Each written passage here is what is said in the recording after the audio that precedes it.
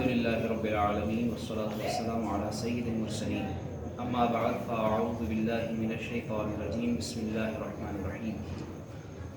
درود شریف پڑھ لیجیے. اللہم صلی علی سیدنا و مولانا محمد وبارک وسلم وصلی علیہ.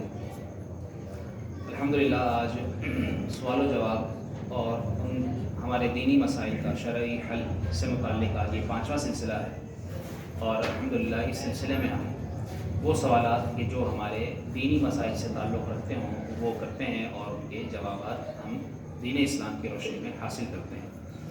چند سوال میرے پاس موجود ہیں. اولاً میں وہ سوال عرض کیے دیتا ہوں، اس کے بعد انشاءاللہ تعالیٰ آپ بھی سوالات کر سکتے ہیں. پہلا سوال کسی نے یہ کیا، جیسا کہ اس کا تعلق ہماری نماز سے، کہ بہت سے لوگ جو ہے وہ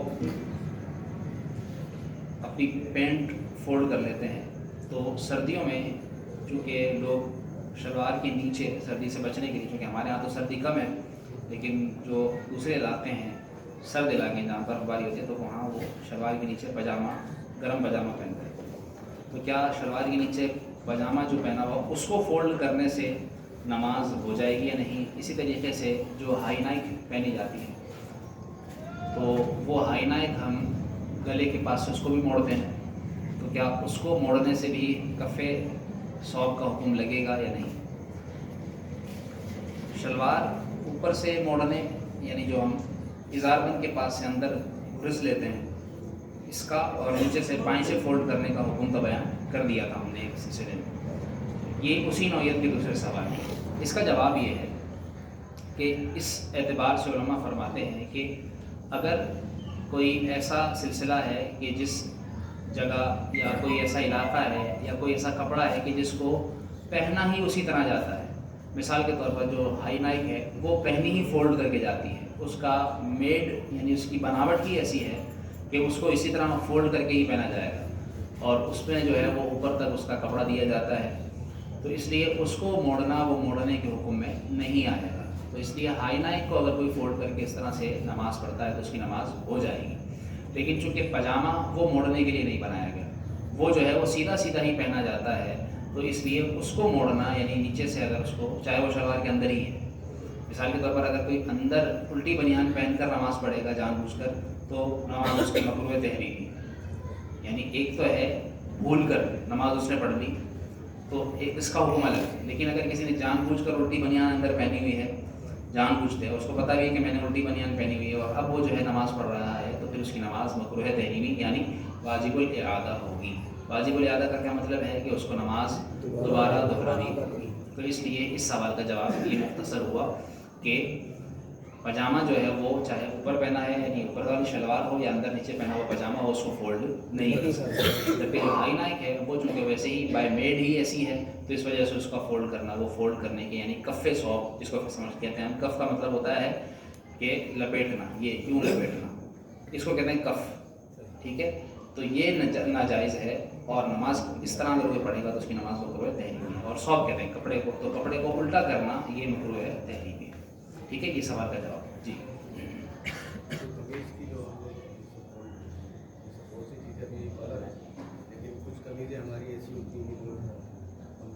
وہ کالر ہی ایسی ہوتی ہے نا، وہ نوک والی کالر، اس میں تو وہ کالر ہی ایسی، اس کو تو موڑا نہیں ہوتا بلکہ وہ بنی ایسی جیسے یہ بزرگوں نے پہنی ہے نا. تو یہ نوک والی جو کالر ہوتی ہے جس کو ہم انگریزی کالر کہتے ہیں، ایک ہے یہ بین. تو یہ بین نہیں بلکہ وہ جو کالر جو شرٹ یعنی پینٹ شرٹ کی جو کالر ہوتی ہے تو وہ تو موڑنے کے حکم میں ہے ہی نہیں، وہ تو بنی اسی طرح. تو بائی میڈ جو اس طرح جس طرح ہوگی، میں نے سنا ہے کہ آج کل جو ہے وہ پینٹ کو فولڈ کرنے کا فیشن آ گیا ہے. نیچے جو ہے وہ پینٹ جس طرح آپ بتا رہے تھے کہ وہ آج کل یعنی معاذ اللہ ہمارے ہاں معاشرے میں کیا بلکہ اس پرفتن دور میں یہ کہہ لیجیے کہ یعنی مردوں نے جو ہے وہ دیکھا داکھی، اور چونکہ میڈیا کا دور ہے تو لوگ جو ہے وہ فلم ڈراموں سے متاثر ہو کر اور کھلاڑیوں سے متاثر ہو کر جو ہے وہ ان جیسے فیشن اپنانے کی کوشش کرتے ہیں. تو ایک وقت تھا کہ کچھ عرصہ قبل جو ہے وہ ایسی پینٹیں پہنی جاتی تھی جو نیچے پاؤں سے نیچے لٹک رہی ہوتی تھی، یعنی وہ ایڑی کے نیچے آ رہی ہے، وہ پھٹی ہوئی ہے، وہ گھسٹتا ہو جاتا، وہ فیشن تھا. وہ اس طرح کی پینٹیں پہنے. اب آج کل کس طرح پینٹیں آئی ہوئی ہیں کہ وہ بیچ میں چیرے لگے ہوئے ہیں گھٹنوں کے پاس سے، یہاں سے، نیچے سے، یعنی کوئی پرانا ذہن کا آدمی کو، بزرگ آدمی بسا اوقات دیکھ کر ہنستا، یا ہم جیسے لوگوں کو بھی شرم آتی ہے کہ یار یہ کس طرح کس نے پینٹ پہنی، لیکن وہ پہننے والا اس کا فیشن ہے. تو ایسا ہوتا ہے کہ وہ نماز میں بھی وہی پینٹ پہن کے آ جاتے ہیں. اس طرح نماز نہیں ہوتی, مکروہ تحریمی ہے یہ نماز. اس طرح اگر اس کا یہ ستر کھلا ہوا ہے, جیسے ناف سے لے کر گھٹنوں تک تو مرد کا ویسے ہی ستر ہے, تو اگر یہ ستر اس کا کھلا ہوا ہے تو مکروہ تحریم تو ہے ہی.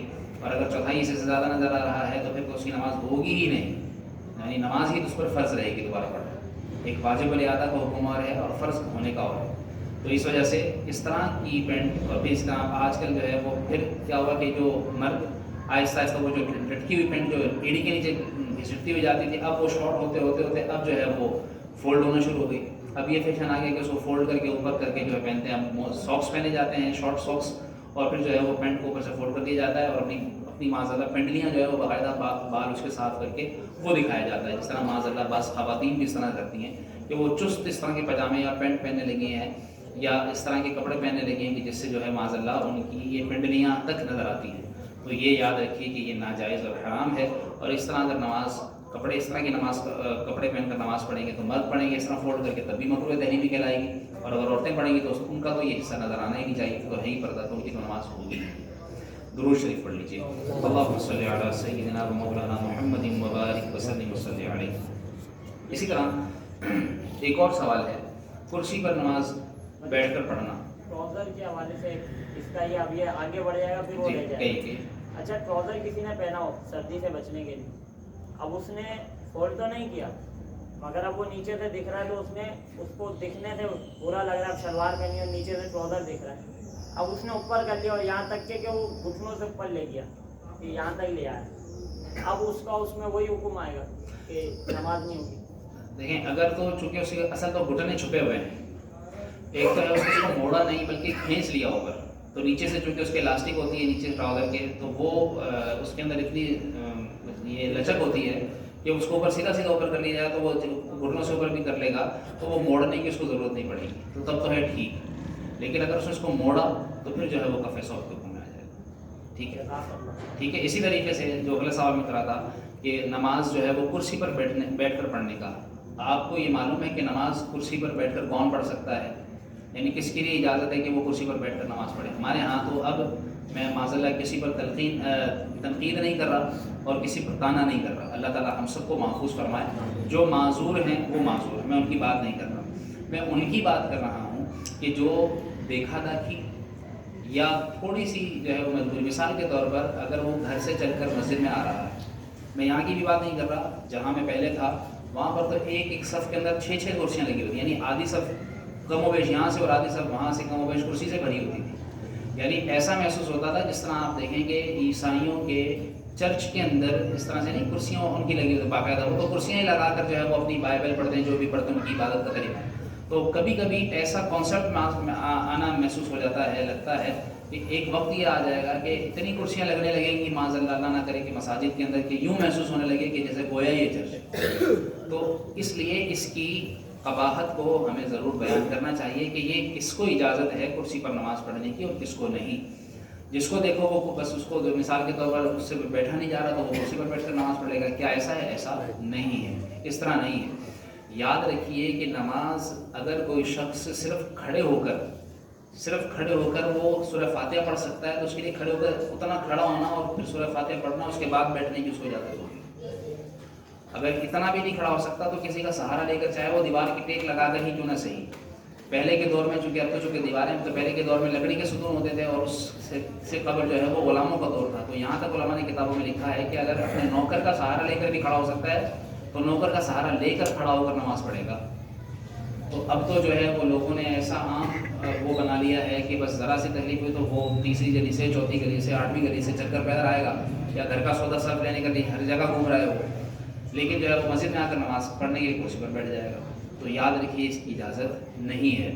جس کو جتنا عذر ہے, یعنی وہ اگر رکوع نہیں کر سکتا تو وہ رکوع کے لیے بیٹھ سکتا ہے, جو سجدہ نہیں کر سکتا تو وہ سجدے کے لیے بیٹھ سکتا ہے.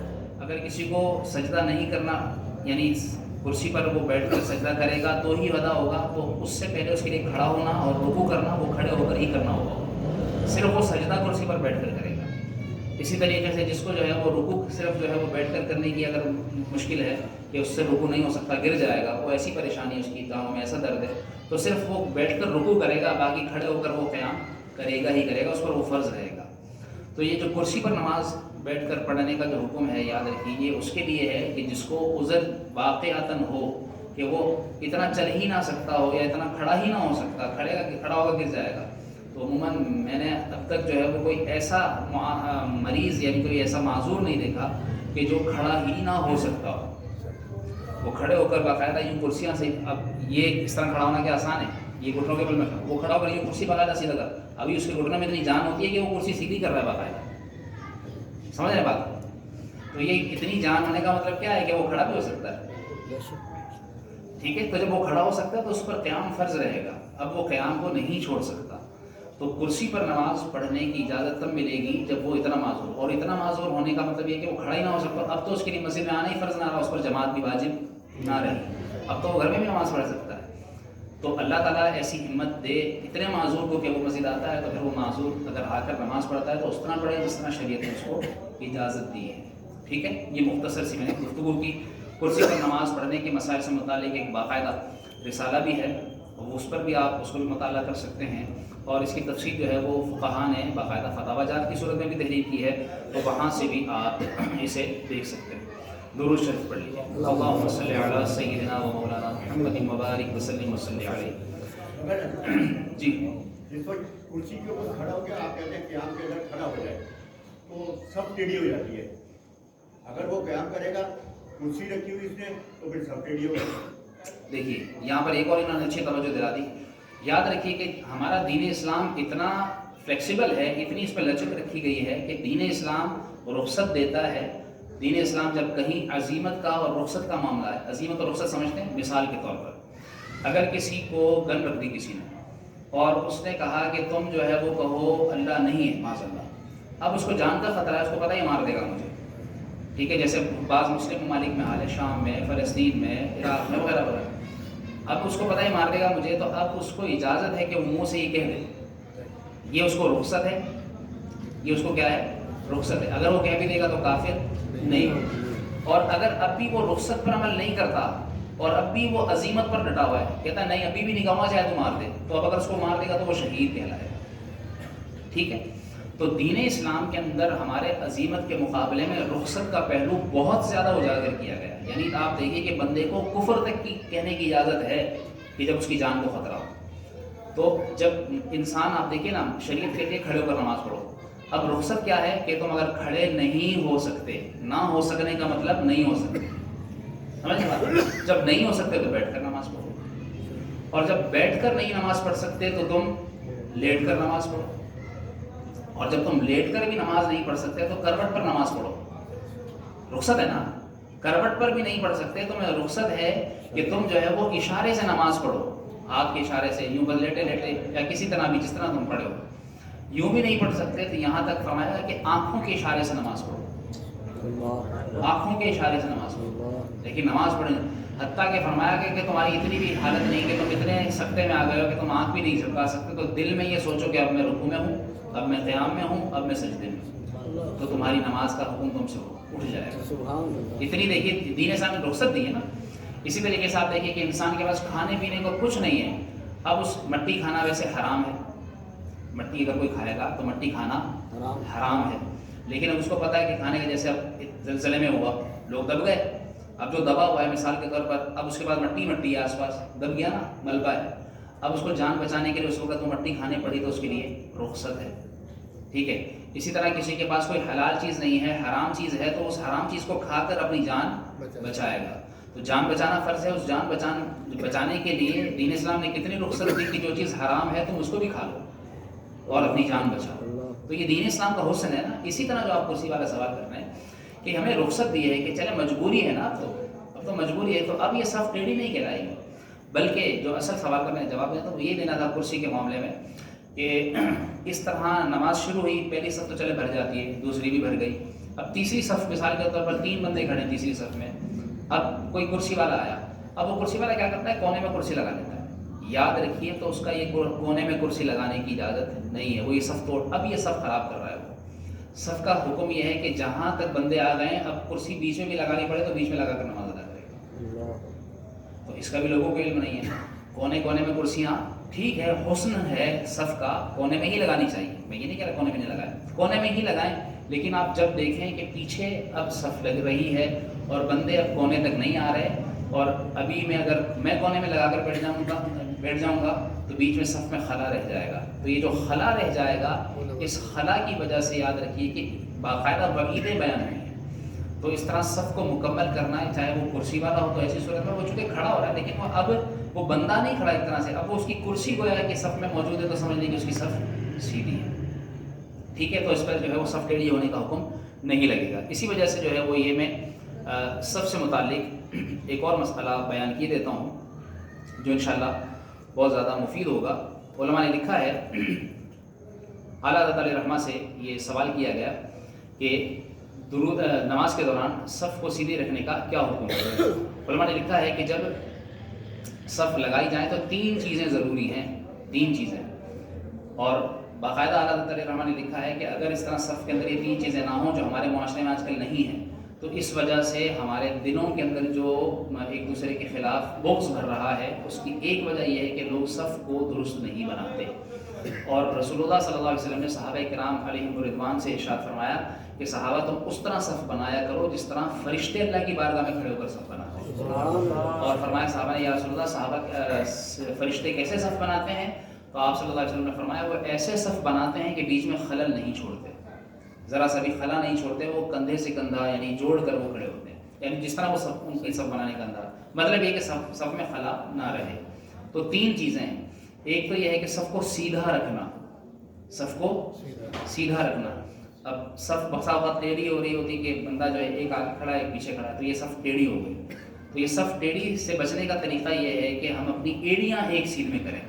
اب چونکہ کسی کا پاؤں چھوٹا ہے کسی کا پاؤں بڑا ہے تو اب پنجے اگر آگے سے ایک ساتھ لائن میں کریں گے تو پیچھے سے ایڑیاں آگے پیچھے نظر آئیں گی، تو اس وجہ سے پیچھے سے ایڑیاں اگر ایک سیٹ میں کر لیں گے جس کے لیے باقاعدہ ہماری مساجد میں جو ہے وہ سہولت دی جاتی ہے، کالی رنگ کی پٹیاں بنائی جاتی ہیں، پھر یہ سیدھی سیدھی جو ہے وہ دریاں بچھائی جاتی ہیں، تو ان کے کناروں پر اپنی ایڑیاں رکھیں گے تو سب سیدھی رہے گی۔ تو ایک ہے صف سیدھی کرنا، پھر دوسرا ہے کہ صف کے اندر خلا نہ چھوڑنا، یعنی صف سیدھی بھی ہو اور ساتھ ساتھ جو ہے وہ صف جو ہے وہ جڑی ہوئی بھی ہو، یعنی یہاں تک حکم دیا گیا کہ صف میں تمہارے کندھے اس طرح جڑنے چاہیے کہ تمہارے کندھے ایک دوسرے سے چھلتے ہوں، چھلنے لگے۔ کتنی زیادہ لوگ تو جو ہے وہ اتنی لاپرواہی کرتے ہیں کہ وہ جلدی سے جو ہے نا کسی کے ساتھ کھڑے ہونے کو ترجیح دیتے ہی نہیں ہیں، وہ کوشش کرتے ہیں بس کہ مجھ سے کیوں لگ رہا ہے، کسی کو گرمی لگتی ہے کسی کو تکلیف ہوتی ہے، تو یاد رکھیے صف پہ حکم یہ ہے کہ صف بہت زیادہ جڑ کر کھڑا ہوا ہے۔ اور تیسری چیز ہے کہ صف کو ایک تو سیدھا رکھنا، پھر کندھے سے کندھا جوڑ کر کھڑا ہونا، اسی طریقے سے سب کی گردنیں اور ٹخنے یعنی کہ ایڑیاں اور ان کے جو ہے وہ کندھے یہ ایک سیدھ میں رہنا ضروری ہے۔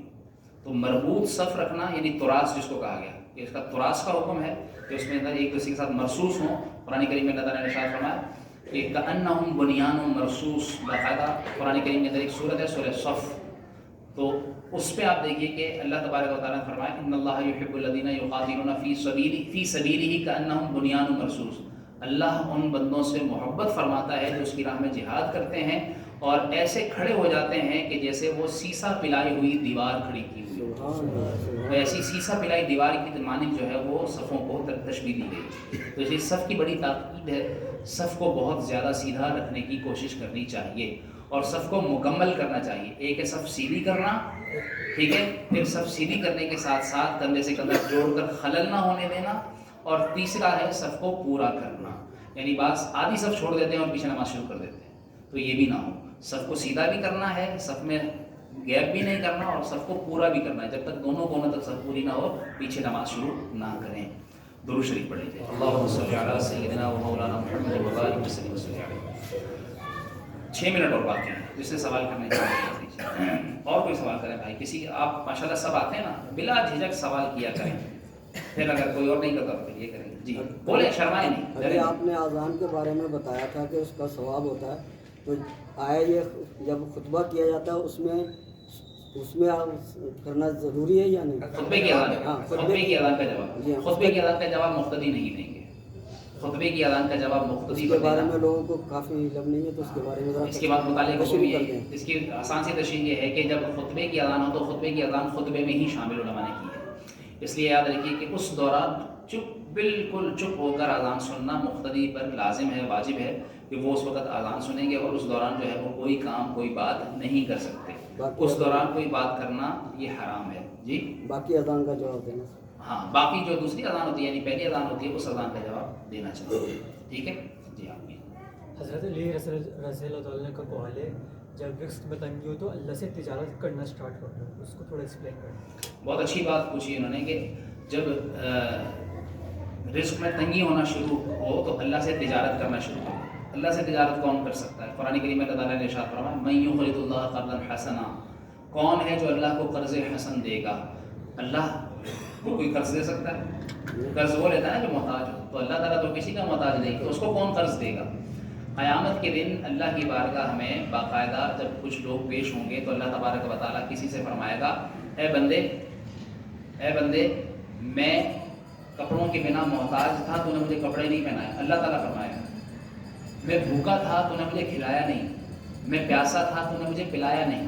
تو بندے عرض کریں گے یا اللہ تو تو لباس سے پاک ہے، تو کیسا محتاج ہے؟ تو بھوک سے بھی پاک ہے، تجھے تو پیاس بھی نہیں لگتی، پھر تو یہ کیسے ہم سے کہہ رہا ہے کہ میں بھوکا تھا، میں ننگا تھا اور میں پیاسا تھا؟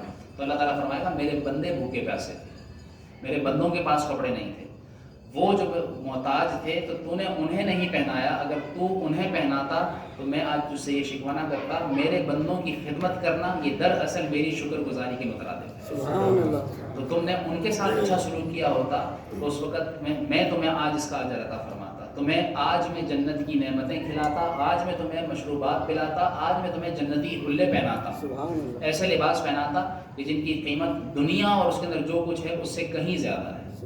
تو یہ فضیلت کس کو ملے گی؟ دیکھیے کہ جو اللہ کے محتاج بندوں کو کھلائے پلائے اور پہنائے۔ آج کتنے لوگوں کو کپڑے کی ضرورت ہے، آپ نکلے تو ابھی ترکی میں ہی دیکھ لیجیے آپ، ان بیچاروں کے پاس نہ کھانے کو، نہ پینے کو، نہ پانی، نہ بجلی، نہ گیس، کچھ بھی نہیں ہے، اور سردی مائنس میں جا رہی ہے، مائنس میں سے آپ ذرا اندازہ کریں، تو ان کو ضرورت ہے نا۔ اور سنا ہے آج کل کسی وائرل ہو رہی ہے یہ بات، $30 ملین، 30 ملین یعنی 8 ارب سے زیادہ پیسے جو ہے وہ کسی پاکستانی نے امریکہ میں سفارت خانہ ہے ایمبیسی ہے ترکی کی، وہاں جا کر بغیر نام بتائے دے کر چلا گیا۔ آپ مجھے بتائیں کہ اس کو پھر کتنا ثواب ہے؟ ایسے بھی اللہ کے بندے۔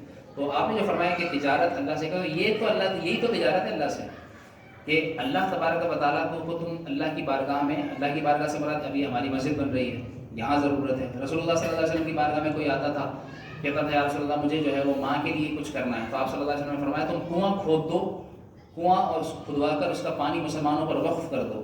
اور آج تک وہ بئر ام سعد، حضرت سعد رضی اللہ تعالیٰ عنہ کی ماں کے نام پر وہ کنواں موجود ہے۔ کیوں؟ اس وقت مسلمانوں کو پانی کی ضرورت تھی۔ تو جس وقت جو ضرورت ہو اس وقت وہ اللہ کے نیک بندوں کے لیے کام کرنا، وہ سمجھ لیں وہ اللہ کے لیے تجارت کرنے کی۔ اب اللہ کو تجارت، اللہ کو مال دے دیا، اب اس کا منافع اللہ تعالیٰ ہی عطا فرمائے گا۔ جو دیتے ہیں نا، یقین جانیے ان سے آپ پوچھیں تو صحیح، وہ ایک تو نفلی دینا تو بہت بڑی بات ہے اور دور کی بات ہے، اس کے تو فضائل ہی الگ ہیں۔ فرض جو اللہ نے فرض کی ہے زکوٰۃ، یقین جانیے جو زکوٰۃ دیتے ہیں نا، اگر ایک سال انہوں نے 1000 زکوٰۃ دی تھی نا، تو اگلے سال اللہ ان کو اتنا عطا فرماتا ہے کہ اگلے سال وہ 2000 زکوٰۃ دے رہے ہو۔ پھر اس سے اگلے سال وہ دیتے ہیں، سچی نیت سے دیتے ہیں تو اللہ تعالیٰ ان کو اور دیتا ہے، اس سے اگلے سال وہ 4000 زکوٰۃ دے رہے ہیں۔ یہ میں کسی اور کی بات نہیں کر رہا، یہ میں اپنی آزمائی ہوئی بات بتا رہا ہوں۔ جب اللہ کی راہ میں دیا ہے، اللہ تعالیٰ نے اس سے آگے، اس سے دگنا عطا فرمایا۔ تو آپ دیکھیے کہ مہنگائی، لوگ کہتے ہیں مہنگائی بڑھ رہی ہے، مہنگائی بڑھ رہی ہے، یہ رونے کا کوئی فائدہ نہیں ہوگا، کوئی فائدہ نہیں ہوگا۔ رونے سے کیا کم ہو جائے گی؟ کہہ کے کیا کم ہو جائے گی؟ نہیں کم ہوگی۔ ہمیں اپنے اعمال درست کرنے کی ضرورت ہے، اللہ کی راہ میں صدقہ و خیرات کرنے کی ضرورت ہے، اور جہاں جہاں ضرورت ہے، جہاں مسلمانوں کو جہاں ضرورت ہو پیسوں کی، وہاں آپ دیجیے، تو انشاءاللہ آپ دیکھیے پھر ایسے آپ کی مسجد میں نماز پڑھنے آتے ہیں، یقین کریں اچھے بھلے کپڑے صاف ستھرے پہنے ہوتے ہیں، وہ بندہ مجھے کہتا ہے میرے پاس کرایہ، گھر کا کرایہ دینے کے لیے پیسے نہیں ہیں۔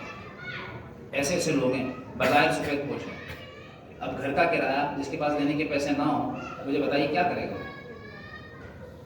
اور ایسے بھرے پڑے ہیں آپ کے پاس آس پاس لوگ، انہوں نے انشاءاللہ دیکھیں یہ ہے اللہ سے تجارت، کہ کوئی بھی کہیں پر بھی، اور جب ہم اللہ سے تجارت کرتے ہیں تو اللہ تعالیٰ ہمارے رزق میں برکت عطا فرماتا۔ درود شریف پڑھیے، 2 منٹ اور باقی۔ جی دو سوال ہیں۔ جی جی جی۔ ایک تو یہ کہ فجر کی نماز جب اذان ہوتی ہے